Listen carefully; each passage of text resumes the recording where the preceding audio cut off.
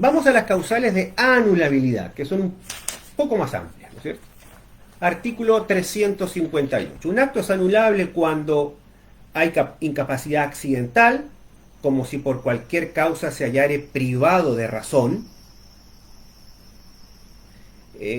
Sobre este punto puede haber algunas discusiones en torno a ciertas situaciones, por ejemplo, en que una persona puede haber celebrado un acto bajo los efectos del alcohol, bajo los efectos de la droga. Sabemos, por ejemplo, que su responsabilidad civil extracontractual no se altera por ese estado. Sigue siendo responsable. El chofer que maneja borracho y atropella a alguien o choca con alguien no puede eximirse de su responsabilidad extracontractual por haberse puesto él mismo en esa condición.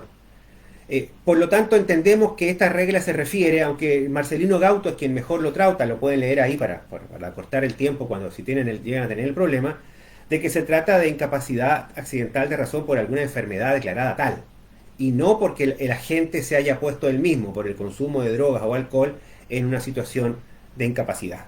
Pero es discutible porque la ley no distingue. Después, cuando es ejecutado por un incapaz de hecho, que tuviese discernimiento, artículo 38 del Código, ahí para hacer la cita, ¿no es cierto? Si estuviere viciado de error, dolo, violencia o simulación, que veremos enseguida, o sea, el consentimiento está viciado, no se dio libre y espontáneamente, sino por una coacción o fenómeno externo que lo condicionó. Cuando, dependiendo la validez instrumental, el instrumento es anulable, y si fuera practicado contra la prohibición general o especial de disponer dictada por un juez competente. Cuando practicado contra la prohibición general o especial de disponer dictada por un juez competente. Un caso bastante particular, ¿no es cierto? Después dice el artículo 359, cuando el acto es nulo, su nulidad debe ser declarada de oficio por el juez si aparece de manifiesto en el acto. Volvemos a la misma regla. Si el vicio aparece claramente en el propio acto, no hay nada que hacer. Ni requiere sentencia, y el juez, si en cualquier juicio, a propósito de cualquier cosa, ve un acto con ese vicio de origen que es manifiesto, lo declarará así.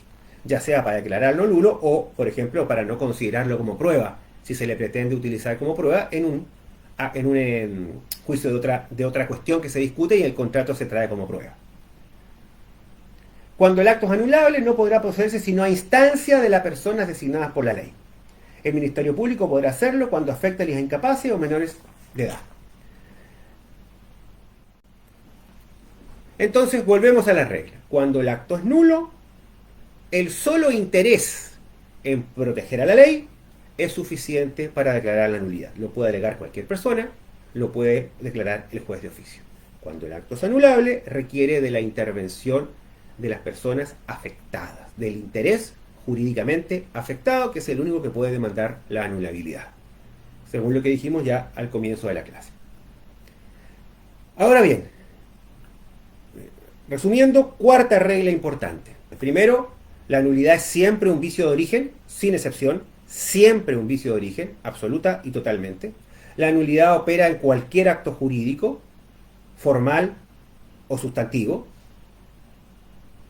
Tercero, la nulidad por regla general, requiere un interés jurídicamente afectado, que es el que la reclama. Decíamos acá, aquí se hace la división, y por eso hablábamos de eso, en materia sustantiva, entre actos nulos y actos anulables, con todo lo que dijimos. Y la cuarta regla importante, esto hay que grabárselo así a fuego en la cabeza, es que los efectos de la nulidad son siempre los mismos. Puede haber causas distintas, nulidad, anulabilidad, etcétera, etcétera. Pero una vez declarada la nulidad, los efectos son siempre los mismos. Cualquiera sea la causal, cualquiera sea el vicio, cualquiera sea lo que se alegó, una vez que una sentencia judicial dice este acto es nulo, los efectos son siempre los mismos. ¿Y cuál es el efecto? El efecto general de la nulidad lo indica el artículo 361. La nulidad pronunciada por los jueces vuelve la cosa al mismo o igual estado en que se halla antes del acto anulado, o impone a las partes la obligación de restituirse mutuamente todo lo que se hubiesen recibido en virtud de él, como si nunca hubiera existido, salvo las excepciones establecidas en este código que enseguida veremos respecto de terceros. Entonces, este es el efecto. Primer comentario. del 361. El efecto es para ambas partes. Ojo con esto cuando uno evalúa en la práctica la conveniencia de presentar una acción de nulidad. Porque no es que, yo gané el juicio, me quedo con todo y el otro que se comprobó que ejecutó el vicio, entonces me paga. No. La nulidad vuelve todo a foja cero. Todo lo que yo recibí, culpable o inocente, no importa. Todo lo que yo recibí, lo devuelvo. Todo lo que el otro recibió, culpable o inocente, no importa, lo devuelve. El efecto restitutorio es para ambas partes. ¿Está claro? Luego veremos el efecto indemnizatorio, y si es que nuestro código lo trata. Entonces, primer gran efecto de la nulidad, el efecto restitutorio entre partes, artículo 361. Efecto restitutorio entre partes, artículo 361. Absoluto, para ambas partes, sin excepciones. Segundo, el efecto indemnizatorio. El efecto indemnizatorio. Esto proviene de las viejas enseñanzas de Yering, la famosa responsabilidad in contraendo, ¿no es cierto? Que dice, mire, si la causa de la nulidad es un acto ilícito de una parte contra la otra, fundamentalmente se hará en el dolo y la fuerza, como ejemplos claros, ¿no es cierto? La parte inocente puede solicitar una indemnización a la parte culpable.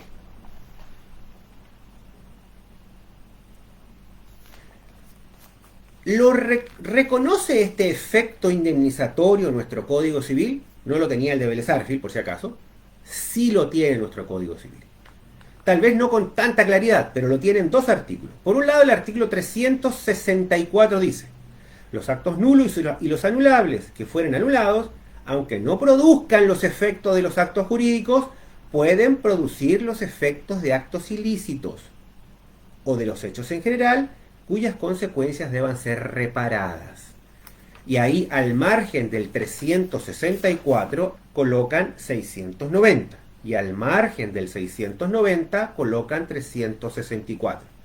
¿Qué dice el 690? Las partes que, fíjense, ahí está la clave, que conociendo o debiendo conocer la existencia de un vicio de invalidez, no le hubiese dado noticia a la otra parte, será obligada a resarcir a ésta el daño que sufriere por haber confiado sin culpa en la validez del contrato. ¿Está claro? Así que cuidado, que hay dos efectos. El efecto restitutorio es siempre entre partes, ambos, no importa si son culpables o inocentes. Es decir, si yo engañé a Juan, cometí dolo, y así se declara, y yo recibí 1.000 pesos y le entregué un auto, pues me devuelven el auto y yo le devuelvo los 1.000 pesos, aunque yo soy el culpable. El efecto restitutorio es absoluto. Ahora bien, Juan podrá pedirme una indemnización por los daños que le haya ocasionado mi dolo. ¿De acuerdo a qué reglas? A las reglas de la indemnización extracontractual.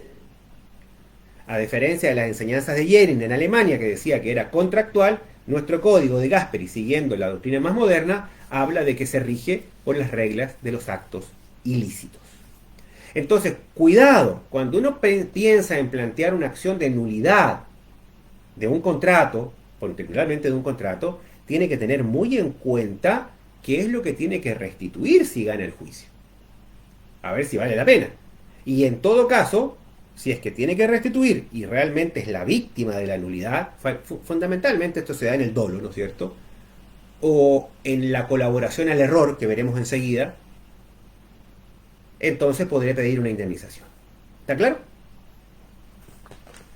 Y después está el famoso efecto respecto de terceros.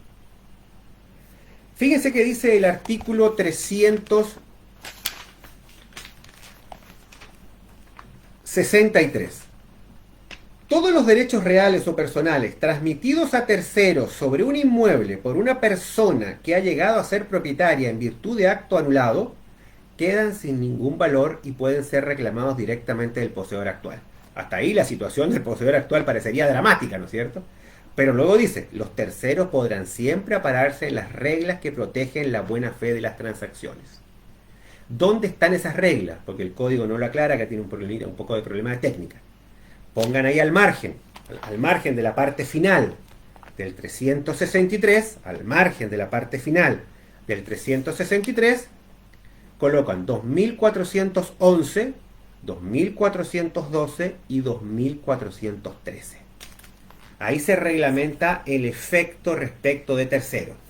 Nuevamente, la regla es que los terceros de buena fe no pueden ser afectados por la nulidad. Es decir, si la cosa ha pasado a manos de un tercero, el efecto restitutorio de la nulidad no alcanza a ese tercero. Tendré que reclamar el precio como indemnización de la otra parte. Si soy el inocente y el otro es el culpable de la nulidad. Ahí volvemos a lo que dijimos recién. El efecto indemnizatorio. Pero el efecto restitutorio no funciona contra el tercero de buena fe. Pero ojo, la protección del tercero de buena fe, tanto en el 2411, 2412 y 2413, no es absoluta. Tiene excepciones. Lo más importante que tienen que tener claro es que la regla inicial es que los terceros de buena fe quedan a salvo, pero no es absoluta.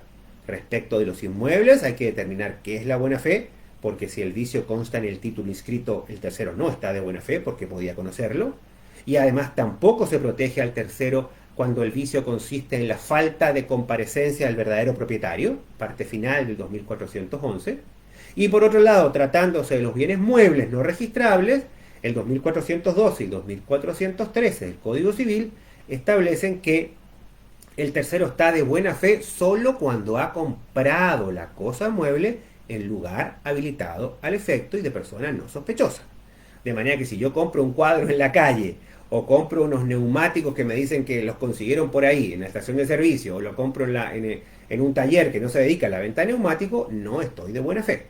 No es solamente el hecho de que yo no sabía la buena fe. Ojo. Entonces ahí tenemos el efecto de la nulidad.